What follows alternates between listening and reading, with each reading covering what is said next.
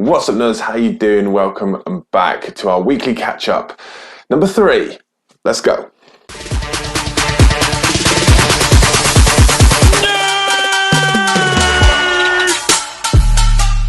Before we get into things, we want to announce the winner of last week's giveaway, which is Aram Alizar. So congratulations, you've won the Immortal Hulk Time of Monsters. We'll get that sent out to you. Just message us, contact us, and we'll get that sorted for you. And before we get into the video, this week's giveaway is going to be Black Panther number 5 from 1998, which is the first cover appearance of Okoye. So if you want to win that, make sure you've liked the video, you're subscribed, and you comment down below and tell us what you like from this week's video. Today we're going to be talking about Okoye, who played by Danai Gurira, a fantastic actress who's been in Walking Dead as Michonne, but she's been reportedly cast as Okoye once again, but in her own TV series, Kingdom of Wakanda.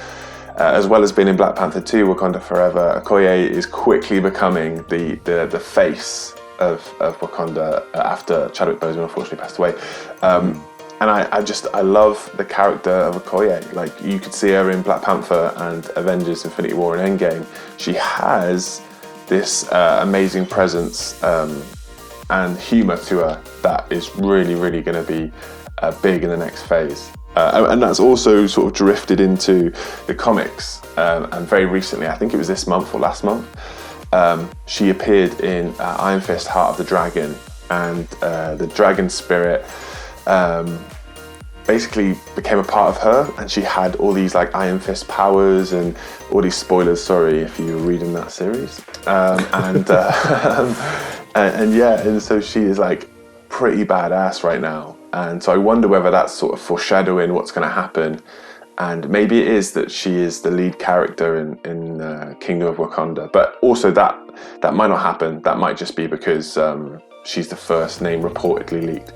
This isn't like a big Kevin Feige announcement. This has just been leaked through like lawyers and journalists doing their job. So yeah, it's exciting times for fans of Okoye and Wakanda, Joe. Very, very exciting. Yeah, definitely. Like you said, I'm a big fan of the actress as well. I watched Danai when she was Michonne, obviously in Walking Dead, one of my favourite series ever, another incredible series, and she does well at playing that badass kind of character, and I do love it in the Avengers movies, and also obviously Black Panther. It is that kind of comedic kind of, that strict militant kind of character who's just learning about these kind of new things and like getting to grips with something else. And that kind of like naivety with that, like, it really comes across well. Like, she plays it really well. But what I was wondering was, with Okoye, has she had her own comic run, or has she just appeared with Black Panther? So I don't think she's had her own comic run. I think it's a very new emergence of her, because she's a part of the Dora Milaje. So her first appearance in any comic was with the Dora Milaje. She's not just that, she is the general of the Dora Milaje, which we saw in Falcon the Winter Soldier. So we know how sort of terrifying they can be. There's that line in Falcon the Winter Soldier where they say, you don't have jurisdiction here. And the Dora Milaje say the Dora Milaje have jurisdiction wherever they find themselves. And you're like, okay, I'm sorry. That's quality. And you just see like Baron Zemo just sort of sneak out the back, just like, okay. Yeah, so that, but no, I don't think she has her own run yet. Okay. I'm pretty sure that she'll have her own run soon enough, especially with this storyline in Iron Fist. Yeah. I do think that they are making her into a fully fleshed out character and superhero, which is exciting because she's badass, and that's good. And it is exciting because it opens the door as well. Like, we can see other, I don't want to say sidekicks, I don't want to say kind of like other characters that haven't had as much kind of importance shone on them. Like, it opens up that door for like, who could we see like become big things in not only the cinematic universe but also the comic universe. Like, it could go anywhere with these kind of things, and that's really exciting in itself. I think you're right, it's the year of the side characters. Thor was obviously the main character, Loki was a side character, he's now huge with his own TV series. WandaVision was a Wanda, was a back piece in the Avengers and Age of Ultron. She was very much a side character. She has her own TV series, went huge. Falcon and the Winter Soldier, 2 side characters of Captain America, and now Okoye getting this push, a side character in Black Panther to T'Challa. So I think I completely agree. This is like the year of the side characters. Also, interestingly, off the back of the Okoye news, Marvel have pushed back 2 projects in 2022 and 2023. And one of them is pushed back a whole year. So October 2022 is a project now that isn't named officially by Marvel, but it's been pushed back from October 2022 to October 2023. We all know it's Blade. It's in October. They pushed it back a whole year, partly because of Enter the Spider-Verse #2. They don't want to compete. Marvel and Sony are like best mates right now because they both share like the golden goose that is Tom Holland. But also October, Halloween, Blade, they want to reintroduce Blade with a big bang, and I think this also shows that the Blade movie is going to be on the mature side a little bit more. So not quite Deadpool or Netflix Daredevil, but I think slightly more darker than we've had so far. So interesting to see they've pushed that back a whole year. Reportedly Blade. Reportedly, don't sue. Yeah. So it's exciting news, and we'll see how that. Hopefully, the second project isn't Kingdom of Wakanda with Okoye. That would be devastating. That would be extremely sad. I don't have to wait even longer for any more Black Panther stuff. And following on from that, we've also had another kind of not a release, but a trailer drop for the Eternals film that's coming up, which is planned to be released on November 5th, 2021. That's in the States at least, as part of Phase 4 of the MCU. And it feels like a bit of a bad news moment because I just didn't like the trailer. So for me, obviously I'm a massive nerdy fan, but Chris is more of like the comic guy. He's the one who knows a lot of that stuff and knows a lot of these kind of like less talked about kind of stories, heroes, groups. And for me, I didn't really know who the Eternals were properly.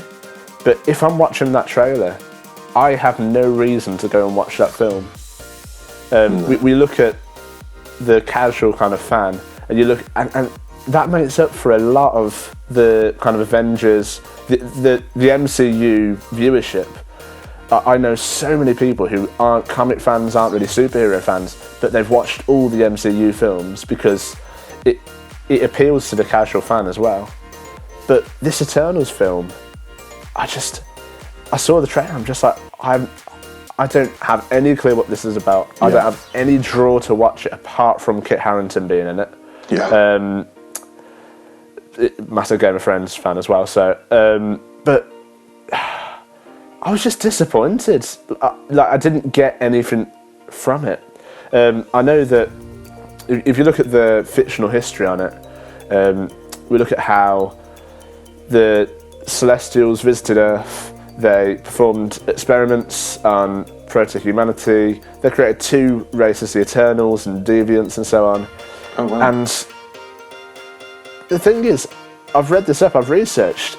I just don't know whether that's what's going to be in this movie. Like, it's... What did you think of the trailer, Chris?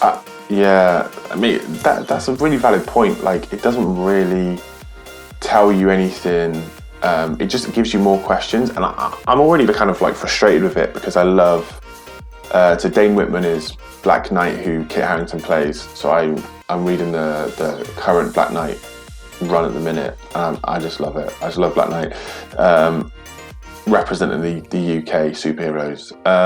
But I thought it gave more questions. Like, I've seen so many memes online about it, just sort of like, what were the Eternals doing when Age of Ultron happened? Or yeah. And they're like, well, we stood by. We didn't want to interact. It's like, well, why are you doing that now? Like, why are the Eternals? Everything stopped. There's no big threat. There's no, like, Thanos isn't about, who's destroyed half of the universe. There's no big like. Do you know what I mean? Like, there's not these. Did you miss that? Did you not see that happening? you guys are out. We're out of town. All this stuff happening, and they didn't turn up, and then now they're turning up. It's like, well, you're going to need some sort of reason to explain this away. But I felt the same, Joe. Like, I felt pretty underwhelmed by it. I was hoping to see something that caught my eye. I loved the humour. There's that scene in that house where they're all eating and they go, like, who's going to lead the Avengers? That bit was great, but like, it doesn't tell me why I should watch it. I don't see any superpowers. I don't see anything that excites me. I just see Angelina Jolie with an energy sword, which, okay, is cool, and probably the best bit about the trailer. But yeah, it was a bit upsetting. I didn't cry, obviously, but maybe a little bit. But not much. I was the same as you, Joe. I didn't find that too enjoyable. Yeah, I think it's just a shame, really, because that, as part of building for Phase 4, these are the trailers you want to see and get absolutely over the top about, like sending it to your mates, like, have you seen this trailer? Like, have you seen what's coming? This looks incredible. And it just didn't. And I know that some films have second trailers released close to the time. I know there's more teasers and stuff. Marvel are the king of teasers. They love it. But just, for me, it was an underwhelming trailer to what looks like is going to be an underwhelming film. And I really hope that it's not. And I really hope that it just smashes everything that I expected from the trailer. But let us know what you thought about the trailer. Let us know if there's anything kind of we missed that maybe did make it a really good trailer. Anything that we missed that made it just really interesting, made you interested, whether you're a casual fan, a committed fan, just let us know. And also, just to say as well, like, we know it was a teaser trailer. Like, we know it was like meant to be a snippet. It wasn't the full trailer, but still being a teaser trailer, it didn't tease anything. You know, we the only thing it did was Angelina Jolie with an energy sword, and if they put that up for 5 seconds, they would have achieved the same thing. And that might be slightly harsh. The directing looks amazing. The imagery looks incredible. We spoke about, I don't know if we did actually. Did we speak about who the director was? But I think she's a fantastic director, and it's going to be a beautifully looking film. I just think the content they showed in the teaser trailer wasn't there. And you showed off the landscapes, and I mean, she won an Oscar, like Chloe Zhao. Like, she's a big time director, but it didn't want me to. I wasn't going, great, I can't wait for this film. I was like, I can't wait for something else. But I'm hoping it's still good. I'm still hoping it's good. Black Knight's gonna be great.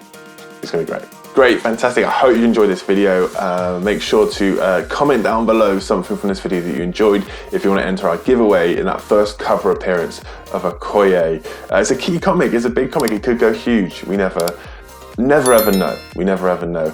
Big thanks to the nerdkings.com for helping us. We get all of our stuff from there. They are the best place to be for collectibles, comics, and everything nerdy. Thank you so much. Thank you from me, thank you from Joe, and we will see you in the next one.